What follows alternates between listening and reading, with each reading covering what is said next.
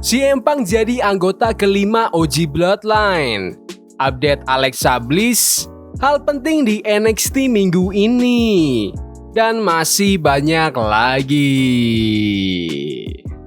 Selamat datang di Extra News, di mana kita akan bahas berita-berita terkini tentang WWE. Sebelum kita lanjut, aku pengen kalian like dan share video ini ke teman-teman kalian yang suka WWE. Dan jangan lupa subscribe, soalnya channel ini upload video berita setiap hari. CM Punk jadi anggota kelima OG Bloodline. CM Punk udah gak kelihatan di WWE sejak kemenangannya lawan Drew McIntyre di pertandingan Hell in a Cell di Bad Blood. Tapi, banyak reporter gulat memprediksi Punk bakal punya peran besar di Survivor Series War Games, acara besar di mana dia balik ke WWE tahun lalu. Laporan terbaru yakin kalau Punk bakal gabung tim original Bloodline di War Games, bukan Seth Rollins. Laporan itu bilang kalau Punk lebih masuk akal buat ngisi slot itu dibanding Seth. Sementara itu, laporan lainnya juga ngejelasin kenapa Punk adalah orang kelima tim Babyface, dengan Paul Heyman yang jadi kuncinya.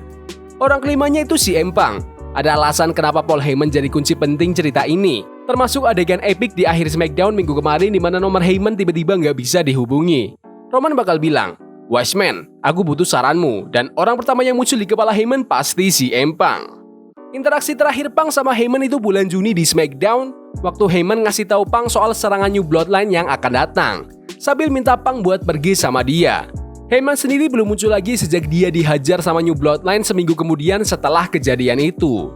Menurut kalian, apakah anggota kelima OG Bloodline itu Seth Rollins atau CM Punk? Komen di bawah. Update Alexa Bliss. Alexa Bliss belum bertanding sejak WWE Royal Rumble tahun 2023. Bulan Mei kemarin, dia umumin kehamilannya dan di bulan November, dia menyambut kelahiran anak perempuannya. Tapi setelah itu, kabar soal kemungkinan comeback-nya masih minim banget. Walau begitu, Alexa sempat ngasih sedikit kode kalau dia bakal balik suatu saat nanti. Di serangkaian tweet, Alexa bikin fans heboh waktu dia ngepost gif orang pegang kaca besar sambil nulis, "Di mana Alexa?" Dia juga bilang kalau dia kangen sama semua orang.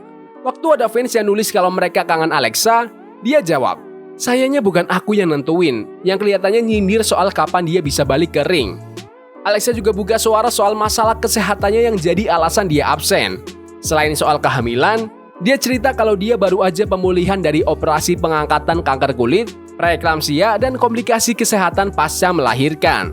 Menurut kalian, kapan nih Alexa Bliss bisa kembali ke WWE? Komen di bawah. Hal penting di NXT minggu ini. NXT dibuka dengan drama lagi antara juara tag team NXT Nathan Frazier dan Axiom. Mereka berdua masih sering gak sejalan. Kali ini, lawan Frazier adalah Eddie Thorpe yang udah desperate banget cari peluang. Sepanjang pertandingan, divisi tag team NXT mulai mendekat ke ring dan gak lama kemudian, brawl besar-besaran pun pecah di luar ring. Thorpe sebenarnya bagus dalam ngejaga kecepatan Frazier, tapi tetap aja dia kalah soalnya terganggu sama kekacauan di sekitar ring. Frazier berhasil menang, sementara Thorpe terlihat siap buat beralih jadi heel dalam waktu dekat. Tapi, Frazier malah kelihatannya masih nggak fokus buat mempertahankan gelar tag teamnya.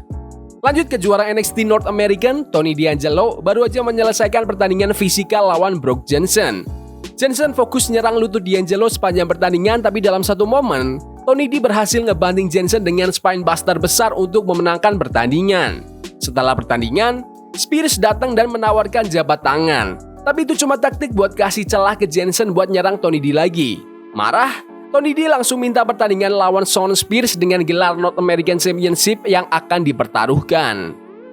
Hype buat Iron Survivor Challenge-nya divisi wanita makin panas. Dalam pertandingan kualifikasi pertama, Stephanie Vaquer lawan Jada Parker. Jada tampil tangguh dan sempat mendominasi Vaquer. Dia hampir menang sampai Lola Vice bikin gangguan di tepi ring. Itu bikin Vaquer punya kesempatan buat bangkit dan akhirnya menang. Dari situ, jelas banget Jada dan Vice masih punya masalah yang belum selesai walaupun mereka kemarin baru aja abis tanding brutal di pertandingan hardcore. Di pertandingan kualifikasi lainnya, Zarya berhasil ngalahin Bryan Sinclair. Sinclair sempat ngasih serangan dengan strategi yang rapi sih, tapi jelas dia nggak bisa bertahan lama, soalnya kekuatannya kalah jauh. Zarya kayaknya bakal jadi ancaman besar dan ngumpulin banyak poin di Iron Survivor Challenge. Langsung lanjut aja ke main event, Ridge Holland mempertaruhkan segalanya. Dia nggak cuma mau jadi penantang nomor 1 buat gelar NXT Championship, tapi juga mau mengakhiri CSU selamanya. Sementara itu, Andre Chase punya kesempatan buat menyelamatkan CSU dan juga jadi penantang gelar. Holland terus mendominasi, tapi Chase gak mau menyerah dan terus ngasih perlawanan.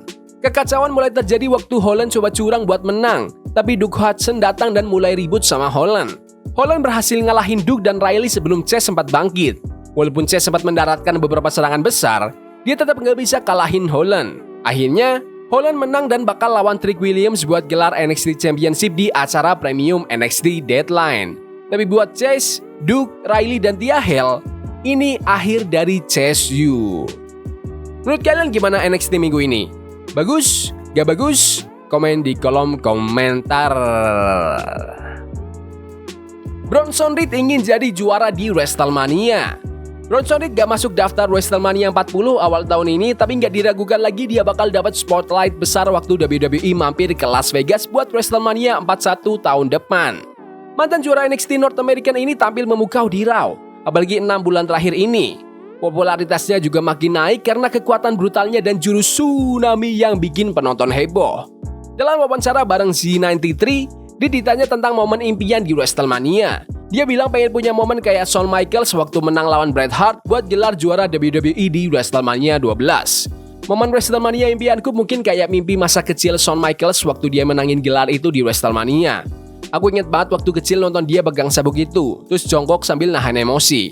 Semua orang pasti mimpiin itu, tapi mungkin aku bakal ngelakuinnya dengan gayaku sendiri, lebih dominan. Mungkin aku bakal muter-muterin sabuk itu di kepalaku, kata Reed. Meski nggak tampil di WrestleMania 40, Reed tetap mencetak prestasi WrestleMania Weekend waktu dia menang di Andre the Giant Memorial Battle Royale di episode terakhir SmackDown sebelum WrestleMania. Menurut kalian, siapa nih yang cocok lawan Bronson Reed di WrestleMania? Komen di bawah. Lawan terakhir Booker T. Booker T udah jauh banget dari masa-masa dia jadi pegulat aktif. Walaupun sekarang udah resmi pensiun, WWE Hall of Famer ini kadang-kadang masih muncul, terutama di promosi gulatnya sendiri, Reality of Wrestling, di mana dia sering lawan murid-muridnya. Tapi nih, dalam podcastnya, Hall of Fame, Booker cerita kalau dia punya beberapa nama yang kepikiran buat jadi lawan di pertandingan terakhirnya. Mungkin aku sering sebut Roman sih, soalnya dia itu benar-benar jago banget. Aku juga sering ngomongin Shawn Michaels, dia tuh orang yang aku harap bisa aku lawan satu kali aja kalau waktu bisa diputar, katanya. Selain itu, Booker juga sebut nama dari roster WWE sekarang, yaitu Sami Zayn. Menurutnya, mereka berdua bakal bikin pertandingan yang seru banget. Dia juga bilang Sami pasti bisa eksekusi momen-momen penting dengan pas dan bisa bikin pertandingan mereka makin keren. Gak cuma itu, Booker juga sebut nama dari roster NXT dan pilihan yang jelas buat dia adalah Trick Williams.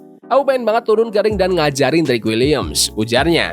Dia juga ngejelasin walaupun Williams punya gaya bertarung yang keren, Booker yakin dia bisa bantu meningkatkan kemampuan Trick lebih jauh lagi.